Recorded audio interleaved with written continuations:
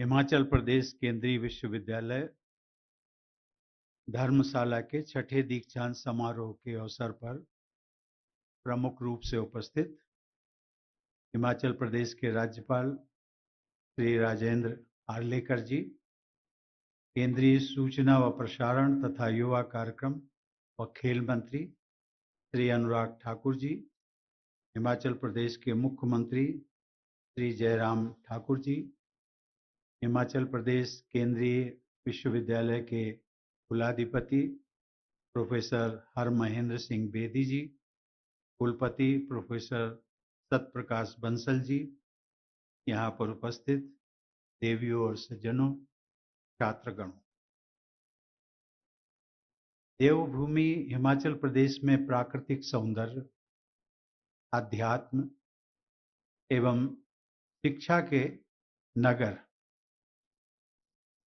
जहां पर यह कार्यक्रम आयोजित हो रहा है, धर्मशाला में संचालित हिमाचल प्रदेश केंद्रीय विश्वविद्यालय के छठे दीक्षांत समारोह में आकर मुझे बहुत प्रसन्नता हो रही है। हिमाचल प्रदेश की ये धरती तिरंगे के लिए जान न्यौछावर कर देने वाले बलिदानियों की धरती है। धर्म अर्थात कर्तव्य का स्थान धर्मशाला, शक्ति पीठों तथा आध्यात्मिक केंद्रों की भी यही स्थली है।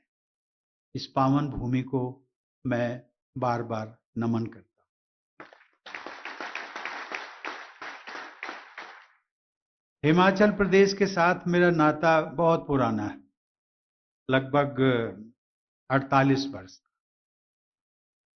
मुझे याद है कि पहली बार मैं वर्ष 1974 में हिमाचल प्रदेश आया और उसके बाद यहाँ का प्राकृतिक सौंदर्य तथा स्नेही लोग मुझे बार बार आकर्षित करते रहे हैं और करते रहेंगे। देवियों और सज्जनों, हिमाचल प्रदेश केंद्रीय विश्वविद्यालय ने राष्ट्रीय शिक्षा नीति 2020 की अनुशंसाओं के अनुसार अनेक प्रणालियों को लागू करने की पहल भी की। मैं समझता हूं कि इस प्रकार की पहल से विद्यार्थियों में नवीन कौशल, ज्ञान और क्षमताओं का विकास होगा तथा वे स्वावलंबन तथा राष्ट्र सर्वोपरि की भावना के साथ जीवन में आगे बढ़ते रहेंगे। मुझे विश्वास है कि राज्यपाल श्री राजेंद्र आर्लेकर जी जैसे कर्मठ विद्वान और मुख्यमंत्री श्री जयराम ठाकुर जी के सक्षम नेतृत्व से हिमाचल प्रदेश तथा यहाँ के सभी शिक्षण संस्थान विकास पथ पर निरंतर अग्रसर होते रहेंगे। हिमाचल प्रदेश के ही निवासी श्री अनुराग ठाकुर जी के प्रयासों से देश के युवाओं के हित में जो कदम उठाए जा रहे हैं, उनका लाभ हिमाचल प्रदेश के युवाओं को भी मिल रहा है। इस विश्वविद्यालय को श्री हरमहेंद्र सिंह बेदी जैसे योग्य कुलाधिपति का मार्गदर्शन प्राप्त हो रहा है। संयोग से इसी वर्ष उन्हें राष्ट्रपति भवन में पद्मश्री से सम्मानित करने का मुझे अवसर प्राप्त हुआ था। विश्वविद्यालय के कुलपति के नेतृत्व में ये संस्थान आगे बढ़ रहा है। इस तथ्य पर हिमाचल प्रदेश के सभी निवासी गर्व का अनुभव करते हैं कि नीति आयोग द्वारा जारी किए गए एसडीजी इंडेक्स 2020-21 के अनुसार उच्चतर माध्यमिक स्तर पर जीईआर की दृष्टि से हिमाचल प्रदेश का देश में सर्वोच्च स्थान है और क्वालिटी एजुकेशन के मानक पर प्रदेश का भारत में दूसरा स्थान है। देवियों और सज्जनों, हमारी राष्ट्रीय शिक्षा नीति में मातृभाषाओं के संरक्षण और विकास पर विशेष बल दिया गया है। हिमाचल प्रदेश में भी अनेक स्थानीय भाषाएं और बोलियां हैं। हिमाचल प्रदेश में सराइकी भाषा के लिए सराहनीय कार्य करने वाले भाषा सेवी श्री विद्यानंद सराइक को इसी वर्ष राष्ट्रपति भवन में पद्मश्री से सम्मानित करने का भी मुझे गौरव प्राप्त हुआ।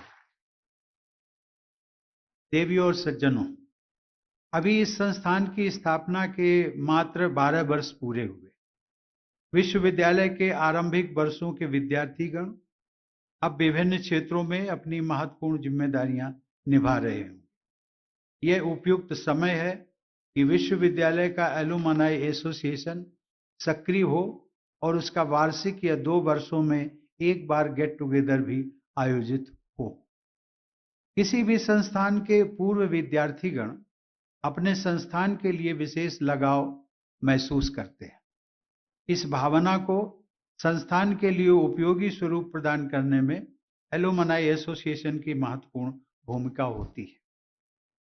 प्रिय शिक्षकगण, हमारी परंपरा में कहा गया है कि अन्नदानम परम दानम विद्यादानम अतः परम, अन्नेन क्षणिका तृप्ति यावत जीवम क्या विद्या, अर्थात अन्नदान परम दान है और विद्यादान का उससे भी बड़ा है, क्योंकि अन्न से क्षण भर की तृप्ति होती है जबकि विद्या से आजीवन तृप्ति बनी रहती है।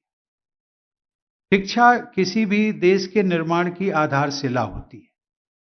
शिक्षा ऐसी होनी चाहिए जो विद्यार्थी के अंदर बौद्धिकता और कौशल का तो विकास करे ही, उसके नैतिक बल और चरित्र बल को भी मजबूत बनाए। मुझे विश्वास है कि हमारे शिक्षकगण ऐसी शिक्षा प्रदान करने का अपना दायित्व जिम्मेदारी से निभाते रहेंगे। मेरे प्यारे विद्यार्थियों, जो भी देश विश्व में अग्रणी रहे हैं, उनकी उन्नति में युवाओं की महती भूमिका रही है। साथ ही शिक्षा के क्षेत्र में महिलाओं की भागीदारी किसी भी समाज के विकास का महत्वपूर्ण मानक होता है।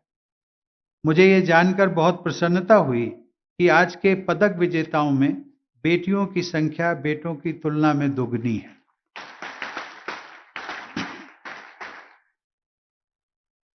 यह हर्ष का विषय है और इसके साथ ही अभी अभी एक सप्ताह पूर्व हमने देखा कि यूनियन पब्लिक सर्विस कमीशन का भी परिणाम आया और उसमें पाया गया कि सिविल सर्विसेज परीक्षा में इस साल पहले के जो 3 स्थान है वो हमारी बेटियों ने ही हासिल किए। इससे ये अनुमान लगाया जा सकता है कि समान अवसर मिलने पर हमारी बेटियों की उपलब्धियां बेटों की तुलना में कहीं अधिक होती हैं। इस तथ्य में हमारे देश व समाज के विकसित स्वरूप की झलक भी दिखाई देती है और ये भविष्य के भारत की एक झलक भी दिखाई देती है। आप जैसे युवाओं के सामने अनेक क्षेत्रों में आगे बढ़ने के अवसर उपलब्ध हैं। इन अवसरों का उपयोग करने की क्षमता भारत की युवा शक्ति के पास है। जरूरत इस बात की है कि आप सब अपनी योग्यता पर विश्वास रखते हुए मजबूत कदमों से आगे बढ़ें। प्रिय विद्यार्थियों, यह दीक्षांत समारोह आपकी दीक्षा पूरा होने का अवसर है, लेकिन आपकी शिक्षा तो जीवन पर्यंत चलती रहेगी। आप सबको हर किसी से हर कदम पर शिक्षा लेने के लिए तत्पर रहना चाहिए। अभी लगभग 15 दिन पहले पुणे, महाराष्ट्र में मुझे भगवान दत्तात्रेय मंदिर से जुड़े एक कार्यक्रम में शामिल होने का अवसर प्राप्त हुआ था। कहा जाता है कि भगवान दत्तात्रेय के 24 गुरु थे। उन्होंने पृथ्वी से लेकर छोटे बालक तक से कुछ न कुछ सीखा। पृथ्वी से उन्होंने सहनशीलता व परोपकार की भावना सीखी और समुद्र से सीखा कि जीवन के उतार चढ़ाव में भी गतिशील रहना चाहिए। और इसी के साथ साथ एक छोटे बालक से उन्होंने प्रसन्न रहना सीखा और भौरे से ये शिक्षा ली कि जहां भी सार्थक बात सीखने को मिले उसे तत्काल ग्रहण कर लेना चाहिए। इसलिए मेरा आप सबको सुझाव होगा कि सदैव सीखने का उत्साह बनाए रखना चाहिए। आपको यह भी ध्यान रखना है कि जो उपलब्धियां आपने अभी तक प्राप्त की हैं, उनमें किसी न किसी रूप में समाज का भी योगदान रहा है।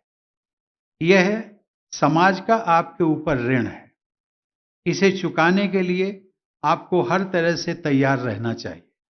इसे आप कैसे चुकाते हैं, कब चुकाते हैं, ये मैं आप सबके विवेक पर छोड़ता हूं। मुझे भारत की शिक्षित, अनुशासित और संकल्पशील युवा शक्ति के विवेक पर पूरा भरोसा है। मुझे विश्वास है कि राष्ट्र निर्माण की जिम्मेदारी को पूरा करने की शक्ति और संकल्प आपके अंदर विद्यमान है। भारत को प्रगति के नए सोपान तय करने हैं। अब जब हमारे पांव मजबूती से अपनी आधार भूमि पर जम गए हैं, तब अपनी परंपरा एवं ज्ञान से बल प्राप्त करते हुए भारत को विश्व में अपना विशेष स्थान बनाना है और जल्दी बनाना है। इसमें संदेह नहीं कि लक्ष्य बड़ा है, कठिन भी है, लेकिन बड़े व कठिन लक्ष्यों को प्राप्त करना ही पुरुषार्थ कहा जाता है। पूरे आत्मविश्वास के साथ आगे बढ़ते हुए आप सब अपने कर्तव्यों को सिद्ध करें, यही मेरी मंगल कामना है। धन्यवाद। जय Hind. Like, share and subscribe prime समाचार।